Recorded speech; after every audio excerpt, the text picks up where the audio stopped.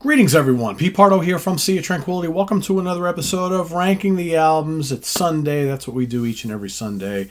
Today, got a few episodes for you here today, so you'll see a couple of them on the channel because we've got some short catalogs that we've been trying to get to for a while. And I figure, it's around the holiday seasons, lots going on, so trying to fit in some of the smaller catalogs to rank, because it's just not enough time to spend with some big catalogs right around this time of the year. So you might get some shorter themed episodes, some shorter catalogs, but bands that I'm sure most people will be interested. So today, for this particular episode, we're going to take a look at the very short but very popular and influential band from the Canterbury scene. Of course, that is a part of the UK, the Canterbury section, where a number of very cool, quirky bands came out of that kind of get lumped into the progressive rock movement of the early 70s in the UK, but they had a style and sound all their own. They took some of that prog that was coming on, that blending of like classical and jazz and rock and pop. The Canterbury bands added an even more quirky, even more whimsical, jazzy element to their music, which kind of permeates a lot of the bands from that particular scene. And one of the leading lights of the scene, again, a couple of the bands, all their members kind of bled into one band to another, is Hatfield and the North. All right, Hatfield and the North, of course, the band put together by Phil Miller on guitar, Dave Stewart on keyboards, got Richard Sinclair on bass and vocals, and Pete Pardo on drums. On both the two studio albums we got here, on both albums they also had lots of other musicians that would come in and contribute to the album. And we've got two records. We've got the self-titled Hatfield in the North and the Rotters Club are the two albums in question. So I'm going to kind of do these in my order of preference. And I'm going to pick my number 2 for here. I'm going to go with the debut album. So it's just called Hatfield in the North. I always kind of like the cover. It's just kind of plain, but it's got this kind of warmth to it, I guess. So again here, like I mentioned, Phil Miller, Dave Stewart, Richard Sinclair, Pete Pardo. A lot of guests on vocals. You got including Robert Wyatt, also makes an appearance on here. One of the things about this band that I never quite understood, the musical abilities are amazing. I mean, just all the guys that I mentioned, fantastic players. But especially on this album, there's a lot of tracks on here, and there's a lot of these short little quirky filler vocal tracks, which I never really understood. To me, it seems like a very, very disjointed album with moments of brilliance. These short little quirky songs, again, progressive rock, but light-hearted pop and jazz leanings. To a lot of people, this is the quintessential Canterbury band.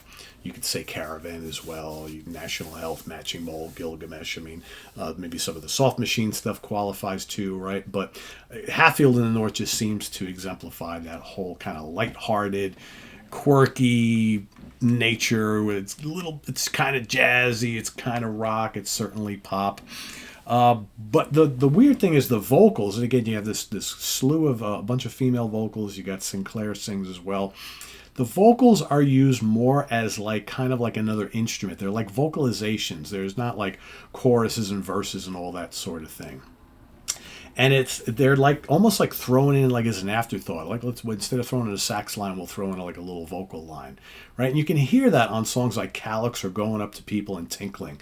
It's just like they're just kind of there. Just like any other instrument would pop in and do its little part. And it's oftentimes, for me anyway, it's a little distracting. And I kind of wonder, did they really need to be there? Right? Son of There's No Place Like Homerton is one of the 2 long tracks on the album, and some great keyboards from Dave Stewart. I mean, he's such a great player.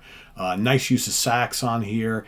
Got female vocals on this one. Again, they're just kind of there. They pop in and out. Doesn't make much sense. It's a very airy and expansive track. More jazz, more pop than rock, I think. That's kind of the thing with this band. There's not a lot of rock in this band. Some of this stuff reminds me of like if Frank Zappa, like early Frank Zappa went like with going for a totally like English sound. This might be it. Pretty cool. Riffarama, It's one of the few rocking things on here. Phil Miller finally comes out of the closet on this one, rips into some cool guitar. You got electric piano from Dave Stewart adding a nice touch alongside the guitar. Really good. Shaving is Boring is the other lengthy piece. Again, Dave Stewart shines with some really nice synth work on this particular one. And then Sinclair comes in with this nice fuzz bass. Piles going berserk underneath. Pretty cool. It's a really good song. I like that one quite a bit. What else we got here? You got, and again, there's this kind of like Zappa feel throughout this whole thing. That kind of like, when Zappa got really quirky, kind of like in the 70s. And some great organ tones from Dave Stewart throughout this entire album. That's a cool song. I would have preferred if these guys were like an all-instrumental band. I think one of the reasons why I like National Health so much is because they knew what they wanted to do. Let's just play like kind of instrumental tracks, this kind of jazz rock fusion prog type of thing. What else we got here? Licks for the Ladies. It's kind of filler. I don't much care for the vocalizations, and the voices are like way back in the mix too. So it's almost like, why bother?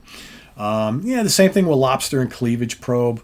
But I do like Gigantic Lab Crabs and Earth Takeover Bid, which pretty much rocks. Got some big rampaging guitar from Miller. Pile is crashing around underneath pretty good. And then you got the electric piano from Dave Stewart comes in and takes you out throughout the rest of the song. That's a really good track. Overall, there's some great stuff here, but I find there's an awful lot of filler too. And quite frankly, all these little short pieces just don't really do too much for me. And this kind of half-hearted attempt at adding vocals just doesn't make a lot of sense to me. I know a lot of people hold this album in high regard. I really love parts of it. Other parts of it I just don't really get. I don't understand. My number one of the two, I'm going to go with the Rotters Club. This is from 1975, their second and final album, Virgin Records, once again. Again, same lineup. Okay.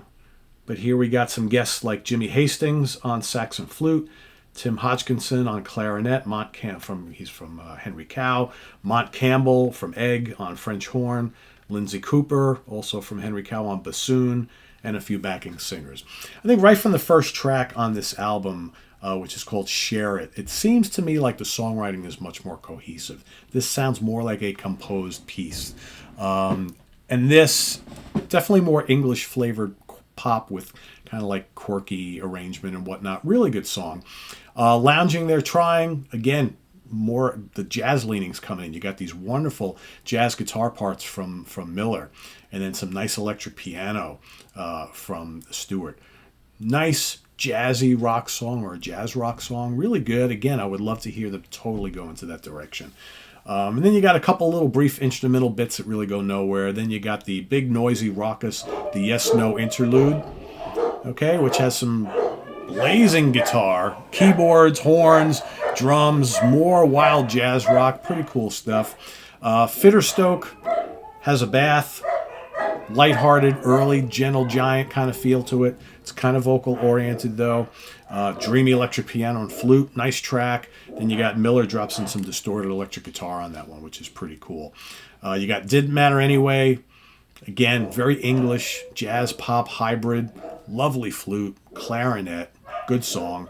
Underdub, kind of quirky, catchy jazz rock. I like the arrangement. It's kind of crisp and tight. The electric piano, again, from Stewart is killer. And then you got this big, long 20-minute track called Months, which closes, which is mostly instrumental, save for some kind of annoying vocals that pop in and out. Again, why bother, right? But the musical parts are really good. Tasty guitars, keyboards are nice. I think Miller and Stewart really shine, but again, I could have done without the female vocalizations. Although Sinclair's vocal parts, I think, are fine overall. Overall, out of the two albums, I like this one the most. Even though it also isn't perfect and has some short pieces like the debut that act as filler. Again, I just don't get the vocals on some of this stuff. I just don't know why they're there. They just seem like an afterthought, and they kind of take away from my enjoyment of the music. But the instrumental work is absolutely stellar, and I think the wealth of like jazz rock is in abundance on this album. So, honestly, if I were to take the best from each of these albums and put them together, you have a really, really dynamite album. Get rid of the filler, keep the more composed tracks and some of the longer, like adventurous prog jazz rock stuff, and you got a great album here. So as it is, if you're going to get into the Canterbury scene, you got to have both of them. But if you're like me, you might find that that neither one of these are perfect or even close to perfect, but there is some really great material on both of them. So yeah, that's my review of Hatfield in the North, the Rotters Club at number 1, Self-Titled at number 2. But great stuff on both, some not so great stuff on both as well. So let us know how you would rank them or what your opinion is of Hatfield and North down in the comments below. And visit us on the web at www.seaoftranquility.org. We're on Facebook, we're on YouTube all together all the damn time. Please subscribe if you haven't already and click on that notification bell so you get alert of all of our content as a post. And please do hit the like button before you leave. Also down below we got the links to our Ko-Fi page for channel donations, our merch page, our Cameo page, and the Sea of Tranquility membership options all down below. Thanks in advance for all your support there. It's greatly appreciated. And we'll see you soon here with more stuff. Coming up, we got a couple more ranking the album shows. We got Egg coming up. We're staying in Canterbury land. And then following that, we've got Henry Cow. So 3 kind of obscure, but if you're a longtime prog fan, you know all 3 of them. And but they all have short discographies. We're going to cover all of them. So that's all coming up in just a little bit. So stay tuned. I am Pete Pardo. Thanks for watching, everybody. Bye-bye.